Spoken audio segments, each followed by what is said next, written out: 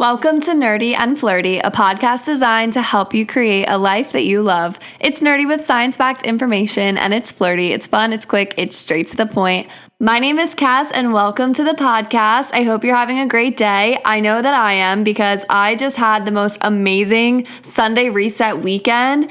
Instead of it just being one day, I made it last all weekend. I didn't go out. I didn't do anything social. I just got things done and I feel so good. I feel on top of the world. I did all the cleaning. I did all the schoolwork I had. I did all the work stuff I had to do. I was just a little machine this weekend and that always feels good. This episode is the second week of my Back to Wellness series where I'm taking you through every dimension of wellness. There's 8 of them and we're going over what the dimension is and actual tangible tips and tricks that you can do to improve your life in each dimension. Last week we did physical health. You should definitely go listen to that. And this week we're covering emotional health. Before I get into the episode, definitely go join our Facebook group. It's the Nerdy and Flirty Holistic Health and Wellness group on Facebook. That's where I'm posting all the resources that go along with this episode. So I'm going to be posting different quotes, different resources, different activities that you can do that go along with each dimension of wellness. For example, last week was physical health, so I posted things that went along with physical health, like workouts, recipes, that kind of thing. So definitely go join. It's an amazing little community, and I would love to have you there. Today's episode is all about our emotional health, which is also known as our mental health.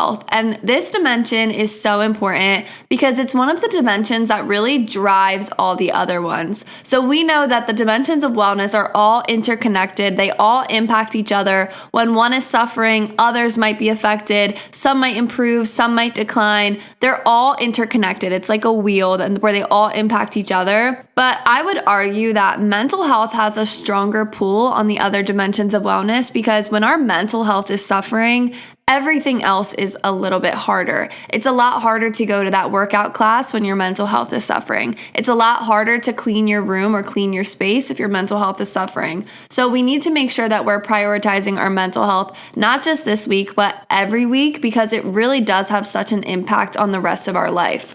When it comes to the dimensions of wellness, mental health and emotional health are usually put into the same category, even though psychology experts usually differentiate the two into 2 separate categories. But for the sake of this episode, we're mainly going to be focusing on emotional health. That's because, first of all, I'm not a doctor, I'm not a psychiatrist or a psychologist, and mental health usually deals with mental health conditions, things that involve chemical imbalances, therapy, medication, all of those things, processing, cognitive function. That's all mental health, and that's very important, but that's not my scope of practice. But emotional health deals more with our feelings, our emotions, how we deal with the day, our awareness of our emotions, our coping mechanisms.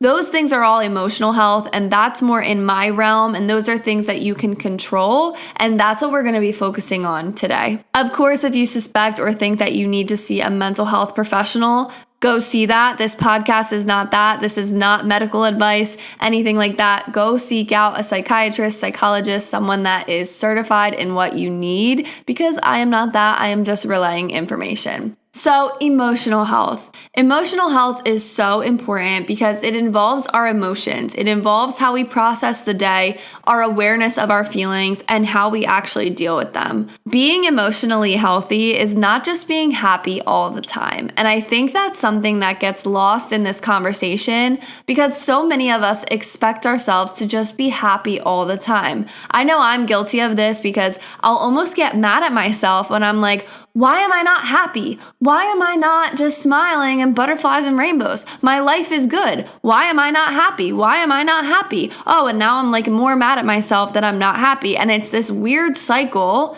But the truth is that being emotionally healthy is actually being able to feel a wide range of emotions. It's not just being happy all the time, it's also feeling negative emotions and being aware of them and then also being able to cope with them. That is true emotional health, is dealing with your emotions, being aware of them, and knowing what to do to cope with them and deal with them. I love the movie Inside Out and now Inside Out 2 because I think it's a fantastic visual representation of how human beings feel We have so many feelings, and if you've seen Inside Out 2, she has new feelings, and they're not all just positive. It's not all just joy. In fact, if you were feeling joy all the time and not able to feel sadness and grief and fear, that would actually be a bad thing. It's like if you had no pain receptors, you would just get burnt all the time. You would get hurt all the time. We need to be able to feel and process positive and negative emotions. And the key to being truly emotionally healthy isn't just forcing happiness all the time, but it's actually in the coping strategies. It's in the coping mechanisms that help you to feel and feel better. No one likes to feel sad. No one likes to feel angry. No one likes to feel these negative emotions. They don't feel good, but they are really important in our emotional well-being. When something bad happens in your life, it's normal to feel unhappy. It's normal to feel sad. In fact, you should feel sad if something bad happens. You should feel a negative emotion when something bad happens because that means you're feeling it. That means you're appropriately responding, which is really important in emotional well-being. But the key is being able to regulate your emotions and appropriately deal with them so that you're not stuck in sadness all the time or anger all the time or resentment all the time or all those negative emotions. If you're listening to this and you're like, okay, yeah, I feel all of these feelings, but I feel them too much, or I feel sad all the time, I feel down all the time, then the problem isn't the feeling. The problem is how you're dealing with that emotion or lack of dealing with that emotion, right? That's where the problem lies. It's not in the feeling of sadness. It's that you're not properly dealing with that feeling of sadness and it keeps coming back and it keeps resurfacing where it's not going away. We're going to get into coping strategies and real coping mechanisms that actually work long term, not just quick fixes.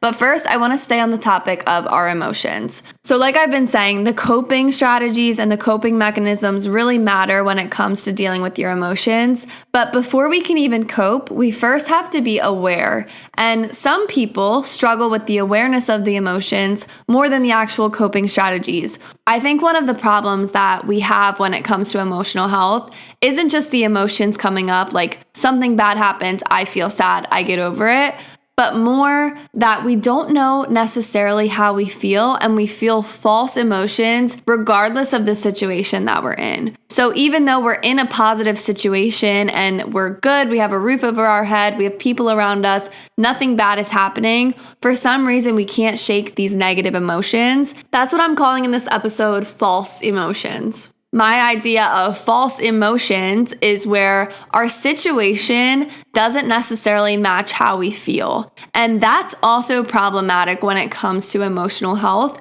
because you can't properly deal with your situation if you're not accurately representing the situation that you're in. So let me give you an example because this will make a little bit more sense. So one common example that we all deal with, at least in small doses, some people a little bit more, is worrying, even though we have no evidence in our life to worry about a certain thing happening. So for example, let's say you're constantly worried that your partner is going to leave you, or you're constantly worried that your friends are mad at you, or you're constantly worried that your coworkers are mad at you, your boss is mad at you, but no evidence has actually happened where you think that those things are true. You didn't do anything wrong, you didn't do anything bad, you didn't do anything to give yourself evidence that that fear would be true, and yet you still have this fear in your head. That to me is an example of a false emotion. And if you don't challenge that false emotion, you're going to spend every day feeling like these things are true. And what happens sometimes too is you might have zero evidence that this is true, and it might just be your own anxiety talking or your own anxious thought talking. But once you start thinking it, it's like the red car theory. If someone tells you, look for a red car, you're going to start seeing 100 red cars, right? If you're telling yourself, oh, this person doesn't like me anymore, you're constantly going to find reasons to tell yourself that that's true. It's our confirmation bias. We need to prove ourselves right even if we're wrong. and it becomes this cycle or this loop. And now something that came up out of really nowhere, this irrational fear, has turned into a true statement for you, and you end up self-sabotaging and doing all different types of things that reinforce this negative emotion. And that is really hard to break, but you have to break it. And the way you break it is by challenging your thoughts. And I have to do this all the time to myself because we all do this. We all have things that we tell ourselves that we know aren't true. And yet we get on such a fixation about it that now we're finding evidence of something that isn't true that's now true. Does that make sense? I know that I'm not like the only one that deals with this. We all deal with this to some capacity. But we have to challenge our thoughts, especially the negative ones. And I've talked about this statistic before, but we repeat the same thoughts all day, every day. And if the majority of your thoughts are negative, that is a really hard place to be inside your brain, right? Other things that can contribute to this are just avoiding our emotions in general. So if you feel like you have poor emotional health, ask yourself, are you just avoiding your emotions in general? Are negative things happening and you're not allowing yourself to feel sadness or grief or anger or any of those negative emotions? A lot of times this happens to people that are people pleasers or just afraid to show negative emotion. Maybe you grew up in a household where it wasn't okay to cry. It wasn't okay to be upset. It wasn't okay to speak your mind. If you grew up in a house like that, you might be living as an adult, not allowing yourself to fully show your emotions. You might be forcing yourself to fake a smile and be positive and be happy all the time. And then months go by and you realize, wait, why do I feel so unsatisfied? And it's because you haven't allowed yourself to actually feel those deep emotions that you need to feel. Pushing your negative emotions under the rug never works. They always come out. And I find that this happens a lot with people that weren't allowed to feel their emotions as a child because they're supposed to put on a happy face, stop crying, you're not allowed to cry, stop yelling, stop being angry, be a lady, don't show your anger, or be a man, don't cry, right? We hear a lot of those things all the time, and that makes us feel like we can't be upset, but true emotional health is feeling those feelings and dealing with them. Before you can even start to deal with your emotions, you have to be aware of them and you have to be accurately aware of them, right? You can't just be telling yourself, oh, I'm just sad for no reason. There's always a reason. And maybe it's not just sadness, this umbrella term. Maybe it's deeper than that. Maybe you feel betrayed by someone. Maybe you feel embarrassed about something. Maybe you feel overwhelmed. Maybe you feel alone, right? There's so many deeper emotional words that we can use to describe how we feel. And it's not always just happy, sad, mad, right? One of my favorite ways to really become aware of how I feel accurately is journaling. And I know that a lot of people talk about journaling. I know that for some people, they really say it doesn't work. But if you're one of those people that says, oh, journaling's not for me, I've tried it, try it again. This is one of my favorite ways to really get to know myself. And you don't have to do it every day as like a to-do list checkbox. Do it when you're feeling some kind of way that you can't necessarily explain. Maybe you notice your habits have changed, your lifestyle has changed, your social connections have changed. It's likely that there's a deeper issue going inside you that you might not even be aware of. And for me, journaling has always helped pull it out of me. I don't even realize how I feel until I'm like 3 pages in on a journal. It's crazy, but don't pressure yourself. If you're not someone that journals, don't pressure yourself to write in this journal every morning at 5 a.m. in this beautiful golden page journal with this beautiful pen and post it on Instagram, right? No, just grab some spiral notebook from Walmart with some random pen you find and just scrabble whatever you're feeling in your brain. That's what I do. That is so freeing to me compared to like, here's what I did today, dear diary, blah, blah, blah, blah, blah, blah, blah, blah, blah. Because that is just going to be the same way you talk to people, where you're not necessarily being 100% honest with how you feel all the time. For me, I need to be brain dump, scribble, scrabble handwriting. Sometimes I make holes in the pages. Sometimes I draw pictures, but I just write. And a lot of times it doesn't even make sense until it does. And if you've ever done this before and it works, you'll understand what I'm saying. But most of the time, I am scribbling and scrabbling. And then eventually I'm like, oh my gosh, I had no idea that this situation that happened last week with those people is the reason why I'm feeling so bad right now. You don't even need a journal or a notebook. You can find some random paper and throw it out after. You just need to get what's in your head written down. Sometimes I don't even do this in my notebook. I'll do it on this big whiteboard I have where I will just brain dump everything I'm thinking and then I erase it after. And it's so crazy because I realized that all these different things played a part in how I'm feeling. And there were situations that felt like no big deal in the moment that were actually leaving a lasting impact in my brain. It's so freeing. I recommend it 100 million times to every single person, even if you're not someone that's journaled or you know that you don't really like it. Try this method and see if it works, because I promise you it does. And especially if you're struggling with your emotional health, this is a great exercise to do.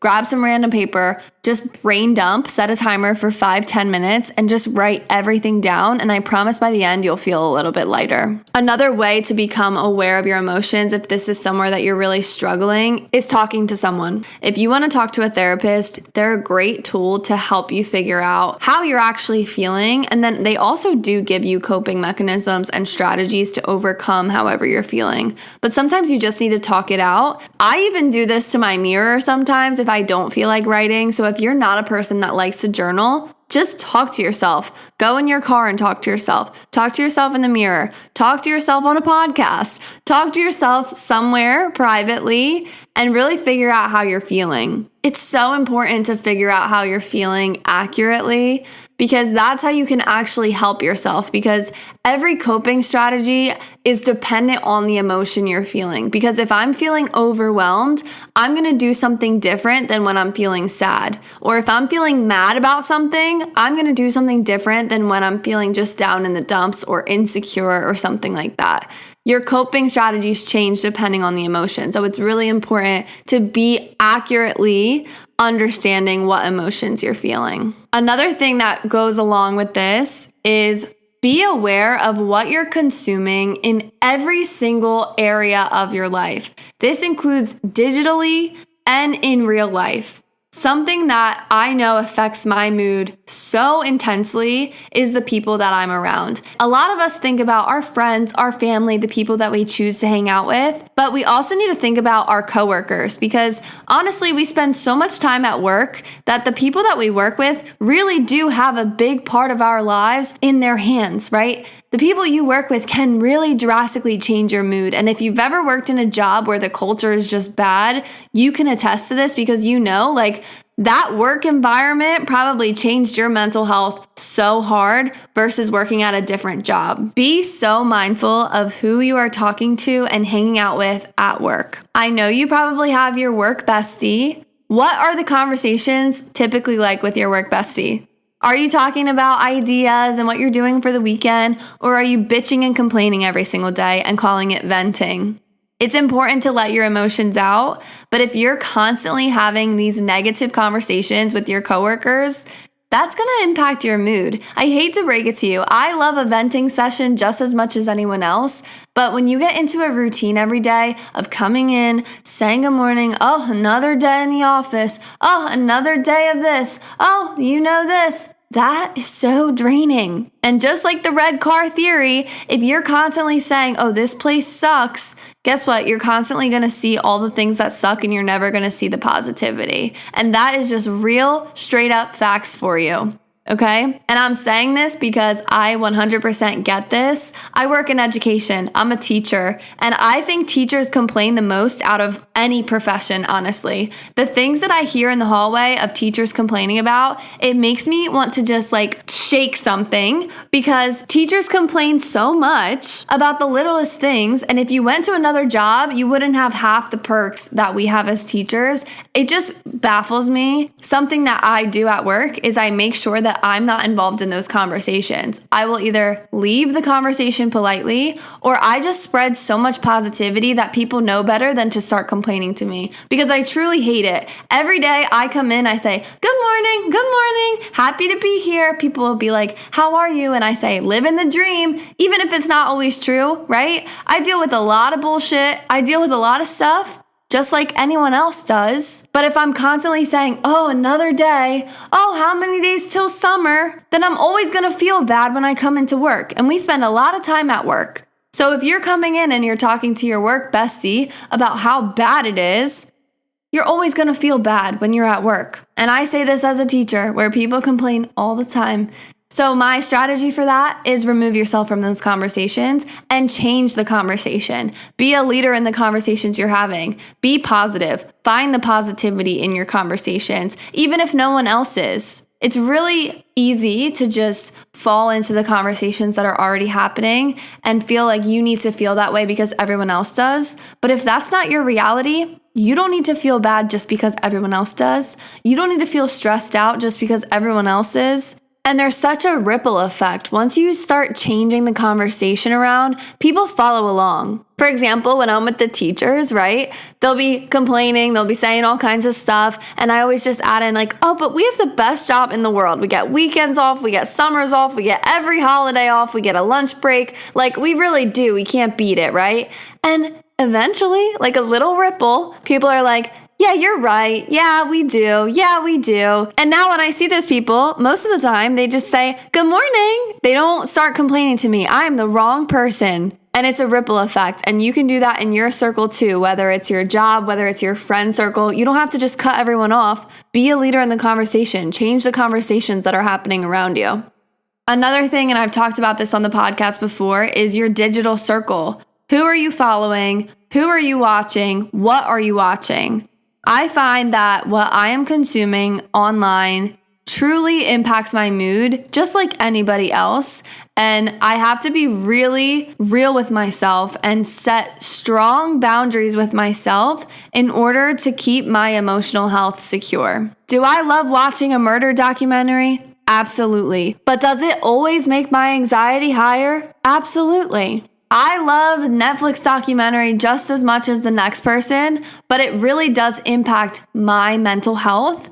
And I have to be a almost parent to myself and be like, no, you can't watch this every night at 9 p.m. because it's going to make you feel bad, right? And some people I know don't get affected by things like that, but I do. And if there are things that you know affect you, you have to do that for you as well. If you know that TikTok negatively affects you, then delete it off your phone. I know it sucks. I know you love to watch it, but you have to be real with yourself. Are the things you're watching impacting your mental health? I know for me too, even the songs I play impact my mood and how I view my life. If I'm constantly listening to sad or angry music all the time, I notice that I start to feel sad and angry. Versus when I play positive music, I feel so much better. I have a whole playlist on my Spotify that I listen to when I know that I'm in like a down mood and I need to get boosted back up. And it's this playlist that is completely positive. It's all happy,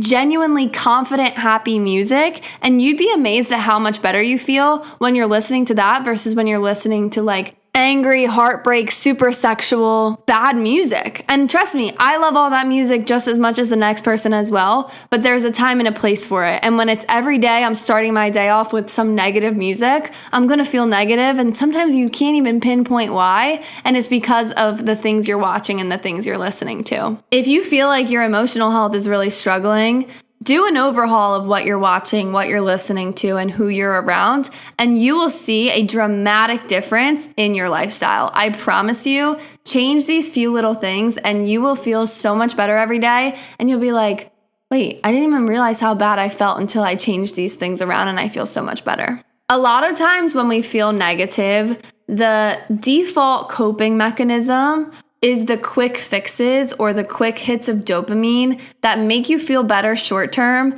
but actually perpetuate the problem long term. The quick hits of dopamine are the things that we know aren't necessarily good for us, but we still seek them out in times of stress, overwhelm, sadness, things like that. These quick hits are so tempting, but it's important to be aware of them and not just default go for them. Some of the examples include drinking, smoking, gossiping, shopping, just spending money, gambling, going on your phone, high sugar foods, watching TV. All of these things give you a quick hit of dopamine. They make you feel better short term. They almost numb the problem, but they never actually solve the problem. They never actually get rid of all that stress and all those negative emotions, they just numb them, they pause them. And honestly, when you pause them with these quick hits of dopamine, the problem just perpetuates because you're not actually dealing with it. You're not actually properly coping with it. I did an episode all about the stress cycle and I talk about that in there. So definitely go listen to that if that's something that you're interested in.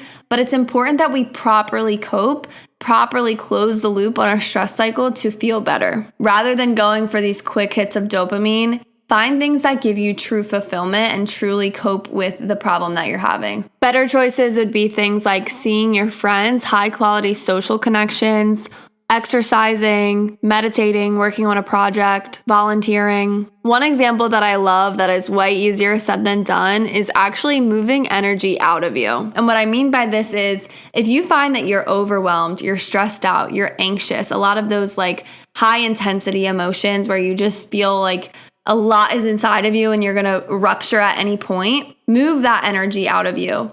To me, I like to think about it where when I'm feeling like that, I have a lot of energy inside me and I need to get it out. One of my favorite ways to do this is doing something physical. A lot of times it's just going for a walk, and it doesn't even have to be a long walk, 10 minutes, but just get moving. This is gonna help you release that energy buildup and feel so much better. And I'm saying this because it's so easy to say, but the truth is, in the moment, it's hard to do this, especially if you're not fully aware of how you're feeling. So it's important to know, like, okay, wait, I'm not angry at everyone. I'm just feeling overwhelmed. Something that's going to help me is going for a walk and moving this energy out of me. It's hard to go for a walk. One of the quickest things that we want to do is just grab our phone and scroll because we just feel so overwhelmed that we can't do anything, almost like paralyzed. But it's important to coach yourself through this and be like, wait, I feel overwhelmed. Going on my phone is not going to make me feel better. It's going to make me feel worse.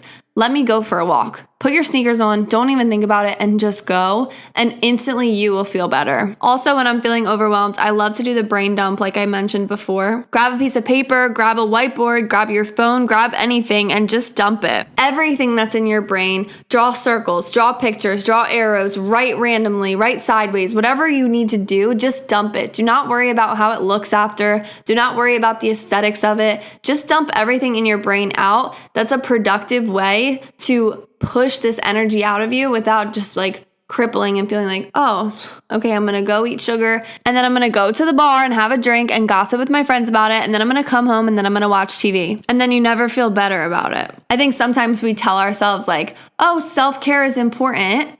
But the self-care strategies that we're using aren't actual self-care strategies. They're just Band-Aids that don't actually fix the problem. And I love the self-care movement, but sometimes I think that it's a crutch to just watch TV, put our feet up, eat takeout, eat junk food, and it never actually solves the problem. When it comes to emotional health, you have to not only be aware of the problem, but properly deal with that problem. And sometimes that means doing the hard thing. Sometimes that means not procrastinating what you need to do. This is a big point that I like to talk about because a lot of times, at least for me, especially if you're like a type A personality, we feel so overwhelmed and we have a million things to do in our head that we end up doing nothing at all. That's like the perfectionism plague where you want to be perfect so bad and do 100 million things that you end up doing nothing at all. And what happens is not only are you doing nothing, but in your brain, you're still thinking about all the things that you want to do and you end up feeling guilty and feeling ashamed of yourself and feeling even worse. And that thought just lives in your head over and over and over and over again of, I should be doing this, I should be doing that, I should be doing this, I should be doing that.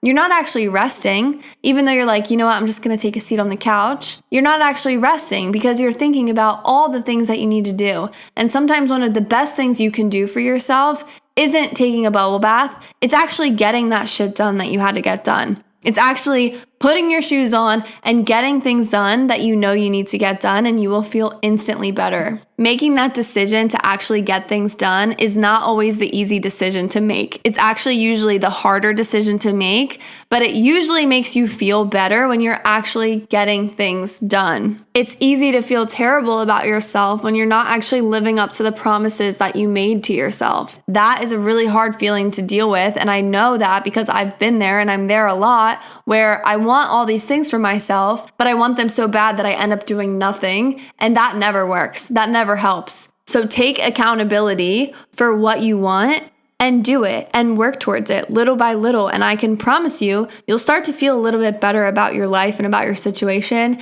and your emotional health will clear up a little bit more. And on the accountability topic, take accountability for the things that you can do to improve your situation. I feel like a lot of times when we're in a negative emotional health state, we start to think the victim mentality of everything bad happens to me, nothing works out for me, no one likes me, nothing works for me. And that's just not the truth. There are always things that you can do to improve your emotional health and to improve your situation, but you have to be real with yourself and you have to take accountability for what parts of your life are actually your job to deal with. For example, if you're having a fight with your friend, it's very easy to just be down in the dumps and be like, F her, she did this, she did that. But when you actually replay the tape and think about the situation, everything has two sides. You might be so mad at her, oh, she's wrong, I'm not saying sorry, I'm not doing this, I'm not doing that.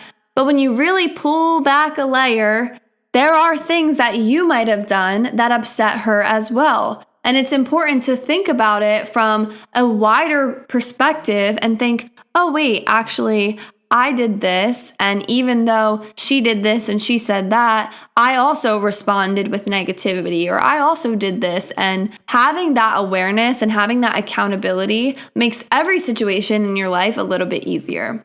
It's important to keep your side of the street clean. And I love that saying because it's saying take care of your side. You don't have to take care of the whole street. You don't have to solve every single problem, but you do have to take care of your side of the street. And when you feel like you have autonomy and control in your life to take care of your side of the street, I promise you, everything gets a little bit better because you actually feel like you have control over your life. I think one of the worst feelings you can feel is like, oh, nothing good happens to me. Nothing works out. That's not having autonomy in your life. That's not keeping your side of the street clean. That's just saying, oh, I'm on the street and everyone else has to deal with it, right? But if you're like, no, I can take control in this situation, I can solve problems in my own life, you're going to start to feel better and it builds your confidence at the same time. Be a problem solver in your own life and think about what can I do to actually improve my life, and be so real with yourself. Think beyond bubble baths and face masks. Think about things that you can really do to work on your issues, your problems, your negative emotions, and actually deal with them. This is such an uncomfortable process because no one likes to think about all the negative sides of themselves. No one likes to deal with the negative things that have happened in their life, but you have to. Like, you literally have to, because no one's going to do it for you. And if you don't deal with these negative things, guess what? It just builds and it builds and it builds. Sadness compounds, it just keeps coming and coming and coming. And eventually you start to feel sad for no reason, it feels like, because there's been all these things that have happened that you haven't dealt with because it's uncomfortable.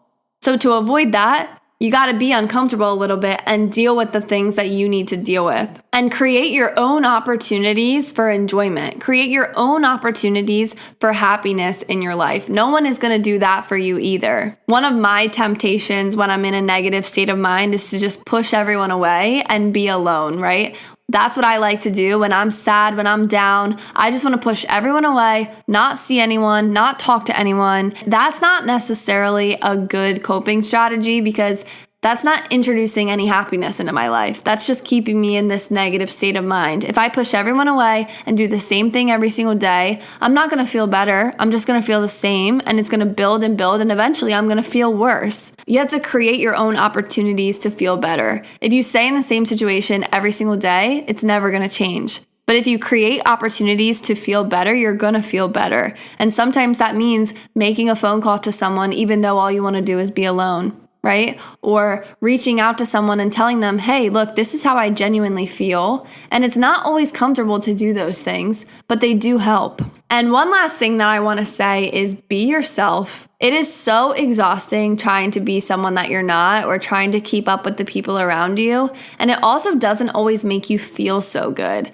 I know when you're young, you think it's easy to just be someone else or be someone that you're not to fit in or look cool or whatever it is. But it all catches up to you and you start to realize, wait, this is not sustainable long term. And it's not just fake it till I make it. This is your life. Be yourself. And that even means being yourself when no one else agrees with how you feel. That could be positive or negative. I have an example of this from work that I think can speak for any profession or situation that you might be in. First of all, don't ever let anyone ruin your happiness. If you find happiness in the littlest things, don't let anyone take that away from you. I have had so many people say the same line to me from all different jobs, not just the one that I'm at, that my happiness is just gonna run out. Oh, I was happy when I first started too. Oh, I was happy at your age. It goes away. Now look at me. Why would you ever try to ruin someone's happiness? If you make comments like that on the other side, check yourself. You might think you're being funny, but it's really not funny. You're spreading negativity. And if you're someone that gets comments like that a lot, don't let those people get in your head that you should be negative. If you're happy, be happy. If you get the littlest thing and it makes you happy, be happy about it. There's this girl on Instagram, you've probably seen her before,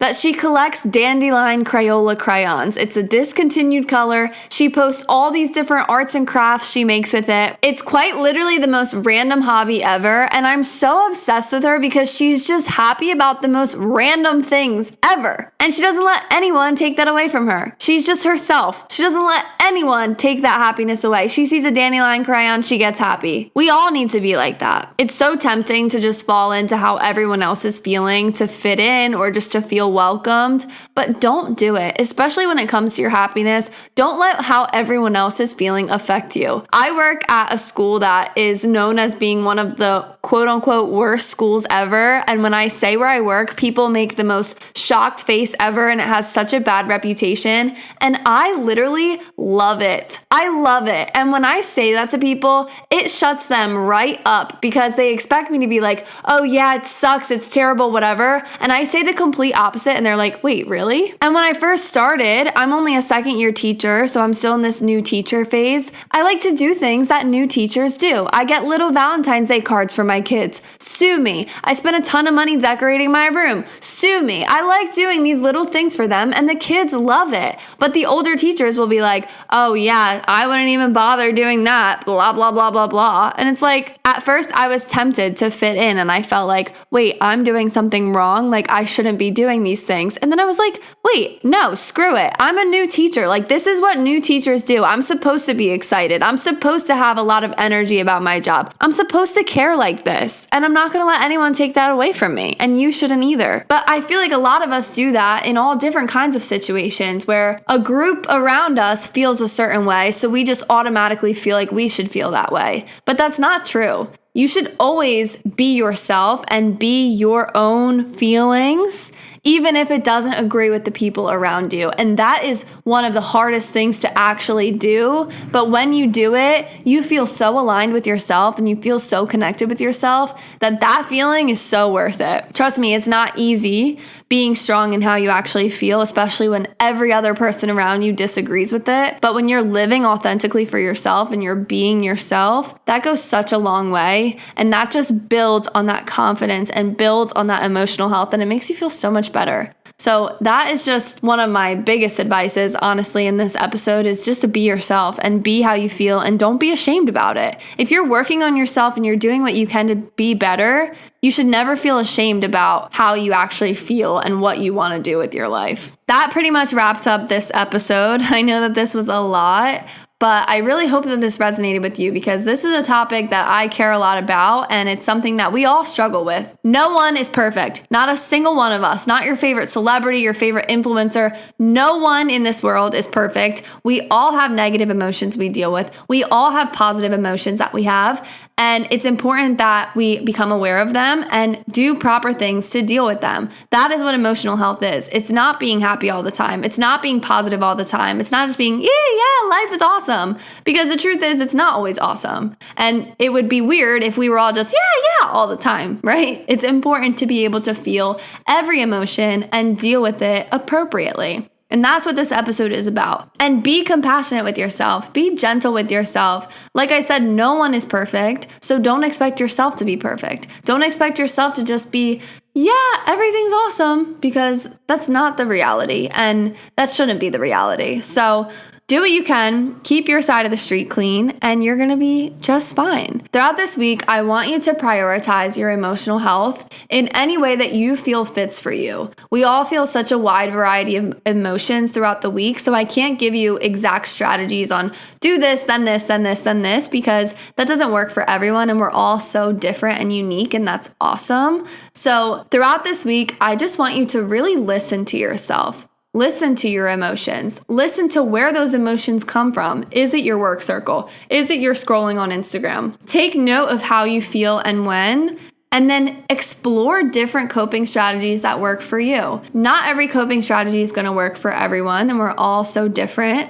So explore different ones, try new things, and see what works for you, and take note of it. If you realize, wait, that actually really helped me feel better, do more of that. And if you realize, oh, that actually made me feel way worse, do less of that. Get to know yourself. This whole series is really just about getting to know ourselves in the deepest level. That's where we feel all the life satisfaction. So really get to know yourself this week and take inventory of how you feel and when. I hope that you liked this episode. I hope you learned something. Share it with a friend and let me know what you think on Instagram at Nerdy and Flirty Pod or at Cass Camp, and join the Facebook group if you're not in the Facebook group already, because it's such a nice community and there's just lovely people in there. So go join that. Thank you so much for listening, and I will talk to you next week. Have a great week. Bye.